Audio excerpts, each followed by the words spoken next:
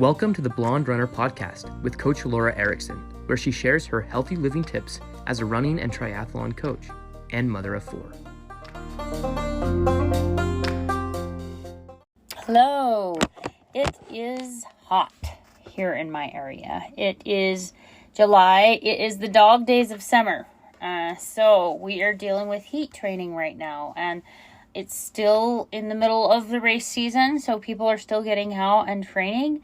And so I wanted to give you some tips on how to train at this time of year. So I think there's really two decisions when you're facing this heat, and that is you either avoid it or you embrace it. So I think that there's a time that you want to avoid it, and there's also a time you want to embrace it. Part of it depends on how soon your race is or how close your race is, and is your race going to be done in the heat. Most of the time races are done in the morning. Some races are earlier than others, some races of course are longer. So if you're going to be doing a marathon and maybe a really hot temperature, maybe really humid, that's another thing you need to consider, then you'll probably need to acclimate your body to that. So I wouldn't say you necessarily need to run in the heat every single day. So you need to give yourself enough heat training, but not so much that you're completely depleted and risking injury. So some of the tips, the first thing I want to talk about, and it may seem obvious, but is staying hydrated. This is unfortunately something that in the summer, it's easy to think about, we want to be hydrated, blah, blah, blah, but a lot of times we're used to maybe running in cooler temperatures for shorter runs, and we're not used to taking water. I highly suggest, even if it's a 4 to 6 mile shorter run, take water with you, because you want to stay hydrated all the time. You don't always want to be playing catch up, and sometimes that's what we do maybe when it's not so hot, but it can really become a problem if you don't stay on top of your hydration while you're exerting. Plus, if you're racing, getting used to absorbing nutrients while you're running, that's really good. One thing I will say is if you go into a run, hopefully you don't do this. Hopefully you're going into a run hydrated, especially a long run, which is really important with those long races.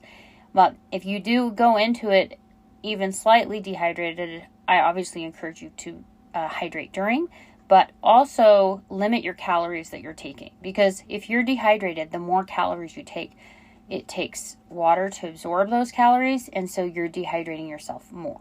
So be really careful with that.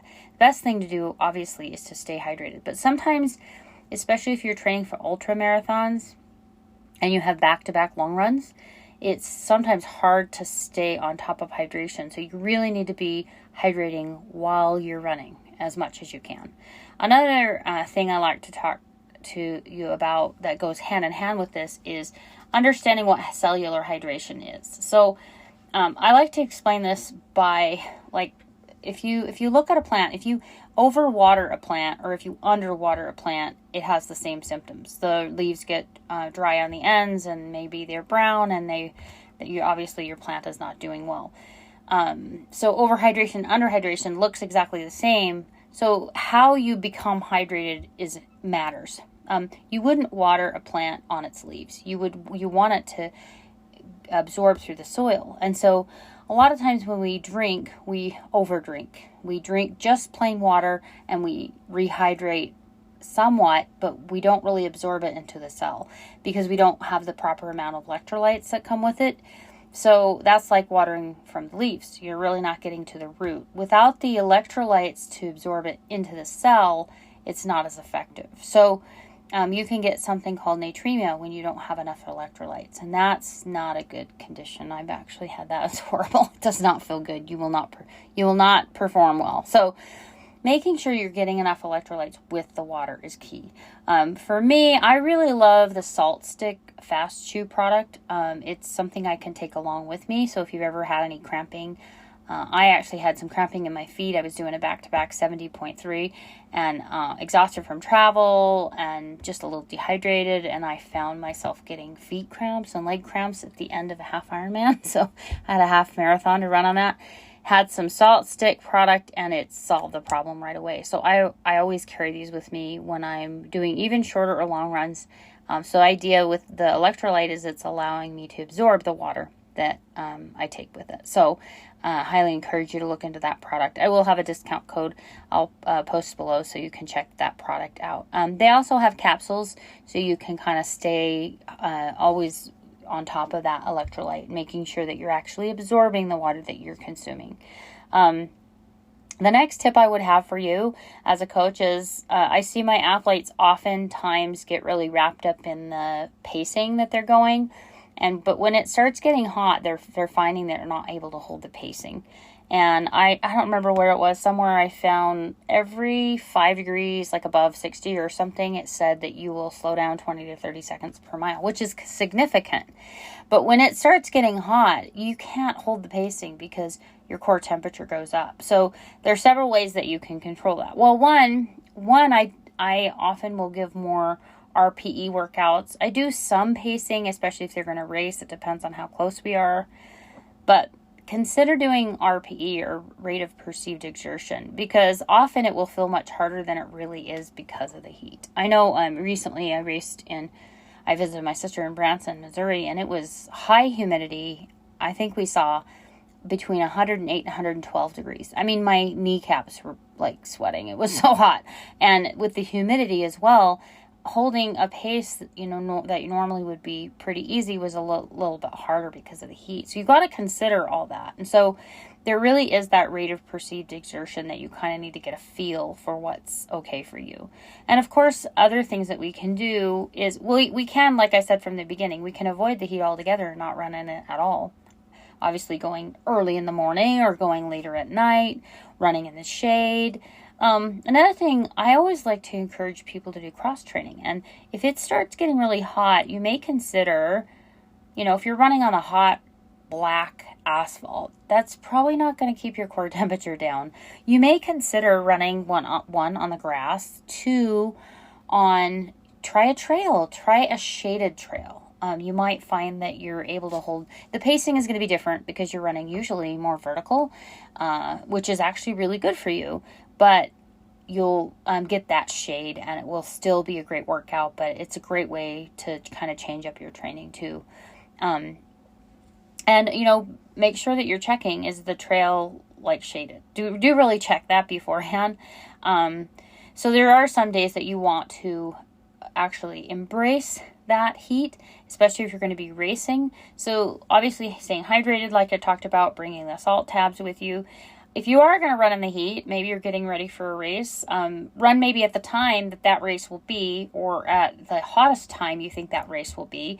Maybe if it's at 7 and you're going to be out there till 10 or 11, maybe go on, or your hour and a half run, maybe at 10 o'clock. You're used to some of that heat or getting some of that heat. You want to dress properly. Maybe running in a dry wick type tank top, or you want something that's not like cotton or thick. You be aware of like chafing, that kind of stuff. Thinner clothing really helps, and lighter colored clothing helps too. You don't want to be wearing a black hat, and hats actually help, or visors are even better, often letting that heat dissipate. I've heard other coaches give the tip of running with the wind at your back at first, and then when maybe you're doing it out and back, and then when you come back you have the wind at your face. And I thought, that's kind of hard, but at the same time it's also very cooling to have that breeze hitting you. So it really just depends on where you're at with your training and what you want to do, and I guess how stiff that wind is for you. But running obviously in cooler fabrics, that's going to help. I've often soaked a hat or a visor or even a shirt or a tank top before I went running. I've also seen people soak buffs, buffs you can put around your neck, or you can take it off and you can wipe the sweat out of your eyes. That can be really helpful too. So it just takes a little bit of planning ahead. Obviously staying hydrated before you run, having the things prepared, making sure you're checking if you're going to go on a trail that it is really shaded. And it always helps to go with others. I've been around others that are having heat stroke, and having someone around that can help you out with that would be good. Hopefully you're not having that kind of problem. But there are just some tips for you, things to think about when you're running, deciding if you're going to run on the heat or not. And there's nothing wrong with, going inside and running in AC, air conditioning, on a treadmill. It gets hot inside some too. So it's that movement that really helps. Or do a combination. Maybe some of your training is going to be in the heat just to get used to it, making sure you're rehydrating and then going inside. If you go inside, it's kind of nice because you can stop anytime you need to, that kind of thing. Other equipment you may consider. So if you're taking something with you, which I highly suggest, you want to maybe take a handheld with you. I've often froze either a little Gatorade or a little electrolyte that I've mixed up in a small bottle. And then you can cover it with a sock, like an old sock or something, just to give you, so you can hold it in your hand that's not freezing your hand off, and then put a rubber band around it. I know that there's some other things that you could do. You could obviously use the handheld bottle and then freeze that itself. So that's kind of nice, especially if it's really hot. So it kind of melts as you go. And that's really a great option. When I run on the trails, I use my bottles from my backpack. And I highly suggest, it's always a good idea to bring, to have more than you may need. Plus, you're getting a little training with the weight, which it doesn't bother me at all. So, making sure you have enough of the stuff, and, you might have to invest in I highly suggest a backpack. Then you can take as much or as little, depending on how long your run is. If you're running out there and you're feeling good and you want to go longer, if you have enough nutrition to take with you, great. But it's just maybe you're with someone that didn't bring enough. I've had that happen before. I've had to help people, give them salt sticks on the trail. They weren't ready. So that's another option, is having that, or even a belt. Some people like the belts that have the bottles on them, but investing in a few things like that, it's going to keep you safe. You certainly don't want to be without water or anything out there. So I've often frozen a headband before and use that before a run too. Just a little small headband. I soak it in water and then I freeze it and then I run with it. Oh, it feels so good. So anything to keep you cool. Lots of great ideas out there to do. But here's just a few tips for you, and I hope your running is going awesome, and thank you for listening in.